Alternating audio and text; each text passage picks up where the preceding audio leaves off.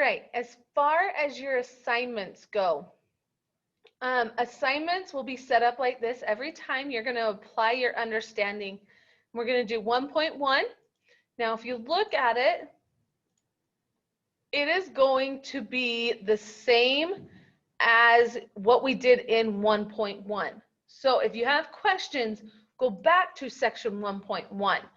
And it looks identical to what we did in 1.1. So that's 1.1. 1.2 is going to look just like 1.2 that you just did. But this time it's going to put money in it. All right, so we're going to come down here. Now, please watch this before you start. So they've done the first one for you. So you received cash from an owner's investment of $5,000. They've come down here and they have completed, number one, we're going to add 5,000 to cash and 5,000 to capital. Then we're going to put in the new balance for every single account. Then you're going to go to number 2. All right, so number 2, you paid cash for insurance. So I paid cash for insurance. So I'm going to subtract cash for $1,800. But I'm going to add it for $1,800 under prepaid insurance. All right, next we have to come up with the new balance. So all the rest of these are going to be fairly easy because you don't have to do any calculation, but pull out your calculator on the cash account, take 5,000, subtract 1,800, and it's 3,200. And then these accounts that don't have anything like supplies, it's still 0, but prepaid insurance has something now. It has 1,800. 0, 0 for accounts payables, and we're just going to drop this 5,000 right there. We're just going to drop it down. Do not put zeros or anything for like row 2.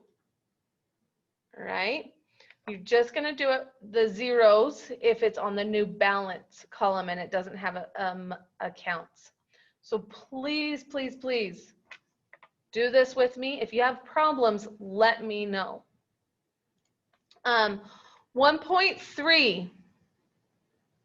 1.3 is going to be the same thing. We're just...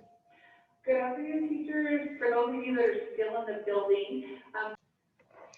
All right, so in 1-3, it's going to be a little bit different in the fact that you, again, are having money. But it's the same as 1-2. So please go back to 1-2 if you need help with that on how to do it. So that is 1-3. Now, 1-4, or it's called 1-M now. These are what's called mastery problems.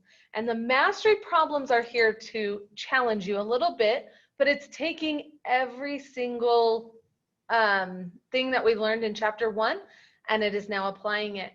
So we're going to be doing the same thing you did in 1-2 and 1-3, and you're just going to complete the form, and then at the end, you're going to hit grade now. Now, if I remember right, you have 3 attempts for this. So please use them wisely for the mastery. And then it will grade it now. It will give you what your grade is, and then you'll go from there.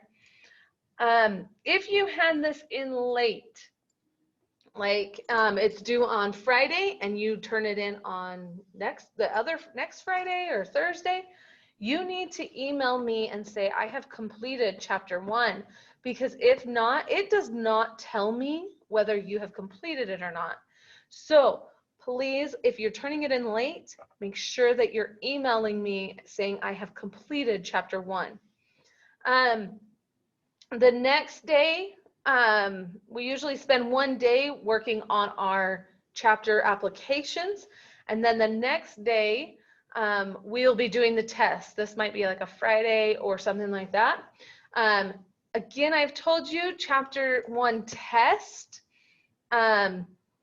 is going to be 4 different parts. This is just chapter 1. Now, these can all be looked up into the book. So you could do a dual screen and look them up in the glossary. Use your sources. Please do that. If you get a bad score on your test 1, then I will give you the option to take test 2, test B. So you do not have to take both of them unless you want to increase your score. So please keep that in mind as well. If you have any questions, I know this is the first time we're trying this out, so please let me know. Tell me if there's something confusing. Again, please just keep with me. I know this first part, it's a different math. It's just different, and we'll get through it, okay? Thank you so much.